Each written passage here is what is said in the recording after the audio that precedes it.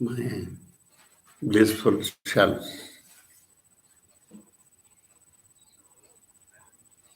So today, let us know briefly about the teachings of Bhagavan Buddha Deva.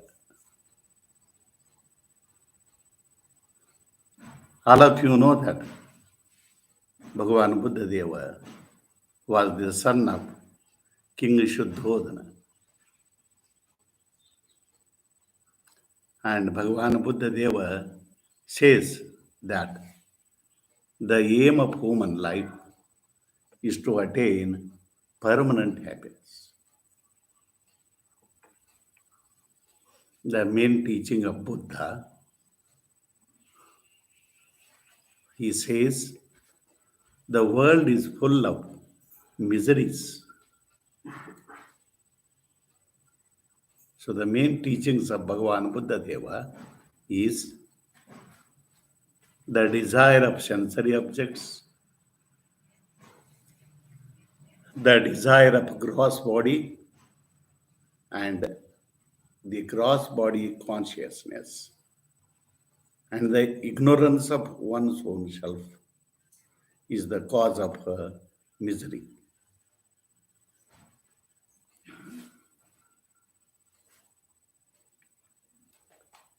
There is no happiness in the sensory objects. But we have thought that the happiness is there in the sensory objects. There is no happiness in the gross body, but we have thought that, we think that there is happiness in the gross body. And there is no happiness in body consciousness. But we think that there is happiness in the body consciousness. Let us know whether the happiness is there in the sensory objects or not. If the happiness is in the sensory objects, all these sensory objects have to give happiness. But this doesn't happen.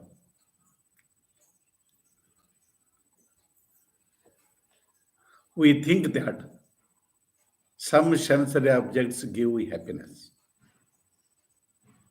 and other sensory objects give unhappiness. They have not come to us and they have not told us, you just experience me and I will give you happiness like that. We have only thought. A particular person thinks that sweet gives happiness. For example, he thinks that sweet gives happiness. Sweet has not come to him and it has not told, you eat sweet, you eat me, and I will give you happiness. So we have only thought that there is happiness in the sweet and there is no happiness in the pungent sensory objects. When we think that there is happiness in the sweet, then we say, I want a sweet, I want a sweet, I want a sweet, like that.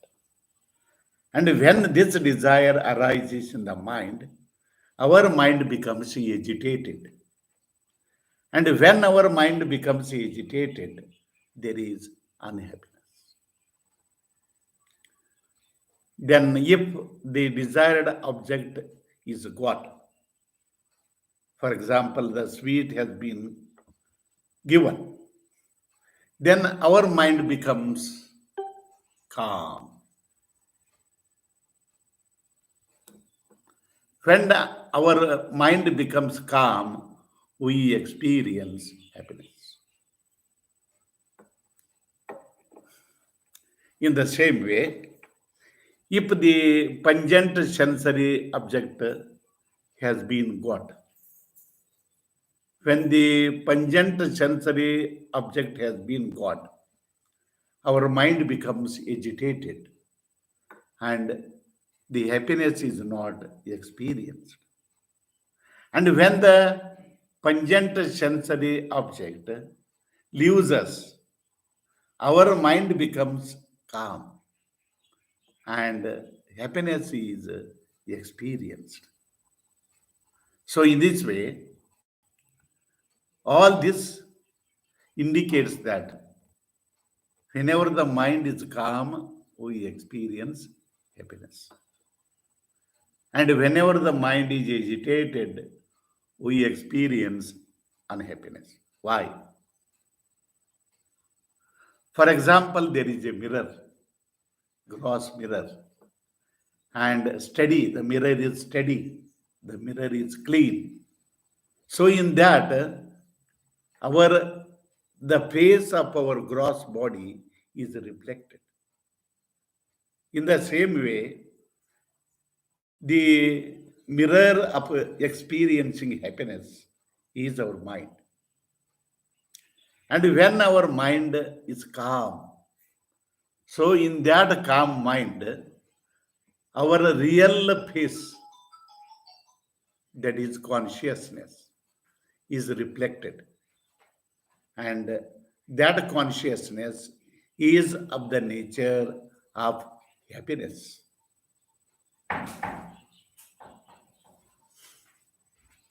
So the adjunct may be different, but wherever the happiness is experienced, the experienced happiness is of ourself only, is of our Atman only. So the happiness is in the Atman. What Buddha says is there is no happiness in the sensory objects, but the happiness is in our true self. So if at all we want to experience happiness, so we have to meditate on our real nature, that is the consciousness, like that. So if we try to know where exactly is the happiness, we have thought that the happiness is in sensory objects. But this sensual enjoyment ends in tiresomeness and weariness. If there is the happiness in sensory objects, they did not become tiresome and the weariness.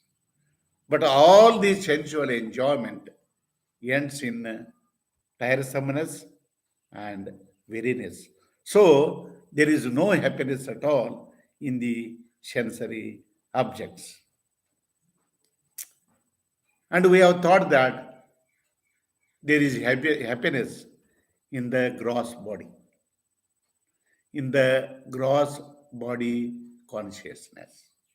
When we have the gross body consciousness, there is unhappiness only. The sensory objects also give unhappiness only. And even the gross body gives unhappiness only. When we will have the body consciousness, there will be hunger, there will be thirst. The hunger and the thirst, they give unhappiness. So there will be cold, there will be hot, there will be sultry. When we think that we are this body, then there will be insult. When the other people accuse us, so our mind becomes agitated and we experience unhappiness. When there is body consciousness, there is disease. By disease, we become unhappy. And when there is body consciousness, there is old age. We cannot see by our eyes. We cannot listen by our ears, and we cannot balance our body, and we cannot remember what we talk. So even in old age, there is no happiness. And when there is body consciousness, there is the desire of sensory objects. And the sensory objects have been in a position to give us unhappiness only. Then, when we think that we are this gross body, there will be the fear of death. That means even the fear of death has been in a position to indicate us that there is no in this body consciousness. And when there is body consciousness, there are likes and dislikes. I want this, that is the liking. And if I cannot get that sensory object, my mind agitated will be agitated and we experience unhappiness. And I dislike some other object. When I dislike that particular object, and if it doesn't leave me, so my mind will be agitated and I will be in a position to experience unhappiness.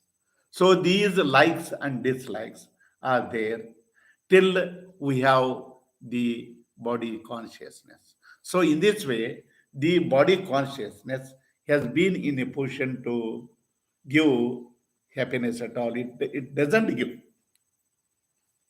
And if we try to know whether we are the gross bodies or not, usually we have thought that we are the gross bodies. When we are living, we talk. And why we don't talk when we die? When we die, the talker in the body leaves the body. That means my nature, my real nature is the talker, the knower of the things. And if at all we have to talk anything, what we have the consciousness. That means our real nature is consciousness. And this consciousness is of the nature of happiness. And if we meditate on our conscious nature, we will be permanently happy. Buddha says there is no happiness in sensory objects and in gross body consciousness. He says the happiness is in the self, that is in our true nature. So why we cannot meditate continuously and stand still in our real nature, that is happiness? So usually we would be in a position to enjoy the sensory objects. We will be enjoying one sensory objects. Then what we do, we leave that sensory object and we go to the second sensory object. Why we go from first sensory object to the second sensory object? Because there is no happiness in the first sensory object. So our mind goes to the second sensory object. Even from second sensory object, we go to the third sensory object. And like that, lastly, we go to the deep sleep. So this clearly indicates that there is no happiness in any sensory objects, but the happiness is in the deep sleep. Why in deep sleep there is the happiness? Because in deep sleep, our conscious self is there. and nothing is there. No body, no sensory objects, only myself is there, and there is happiness. That means the happiness is in my true self. So Buddha says there is no happiness in sensory objects, there is no happiness in gross body consciousness, but there is happiness in our true self. Our true self is of the nature of permanent happiness. So many people try to become happy by making their body naked. And if we can experience permanent happiness by making the body naked, all other birds and beasts are naked. And are they happy? No. We cannot have permanent happiness by making our body naked. Buddha says it is a blind belief. We cannot become happy, permanently happy, by shaving the hair or by having the hairs. So these are all blind beliefs like that. Some others chant the Vedic mantras. Even merely by chanting the Vedic mantras, we cannot become happy. And many others, they pour the ghee into the fire. And by pouring the ghee into the water, we cannot become permanently happy. Buddha says like this. And what many others do, they sacrifice the animals on the name of God. They kill the animals on the name of God. Then they will get the heaven and liberation. Like that, they think. But the Buddha says, if that is the case, if the animals have been killed on the name of God, and if you get a heaven and liberation, if you sacrifice your body on the name of God, so that you will get the highest heaven and the highest liberation, like that. So, what Buddha explains is by sacrificing the animals, you will not get any heaven or any liberation. So, if that is the case, where exactly is the happiness? So, the happiness is in our Atman. So, he opposes the idea of sacrificing the animals on the name of God. But at that time, the kings were in a position to sacrifice the animals on the name of God, and they were thinking that they will get the highest heaven and the highest liberation. So one day, what happened? Bhagavan Buddha Deva was passing by the roadside, and he saw a shepherd, and he was in a position to take the sheep and the goats, the herd of sheep and goats, to the place of sacrifice. Then there was a lamb, and it had a pain in its legs. So it was crippling. And Bhagavan Buddha Deva, he picked up the lamb and asked the shepherd, where are you taking these? And he told he was taking the herd of sheep and the goats to the place of sacrifice. And the king will be in a position to give these animals on the name of God, and they will get the higher heaven and the highest liberation. Then Bhagavan Buddha Deva followed the herd of sheep and the goats. And the herd had been taken by the shepherd to the place of sacrifice. Then what happened, there they took the goat and they tied the legs of the goat and they took the knife to cut the throat of the goat.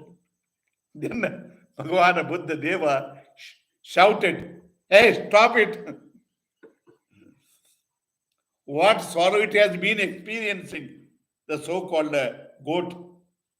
And if you sacrifice the goat on the name of God, and if you get heaven and liberation, why you cannot sacrifice your body? If you sacrifice your body, you will get the higher heaven and highest liberation. You stop it." So they stopped sacrificing the goat on the name of God. And later, the king was in a position to know this. And the king also stopped the sacrificing of animals on the name of God so that they can get the higher heaven and the highest liberation. Bhagavan Buddha Deva explained that all these are blind beliefs.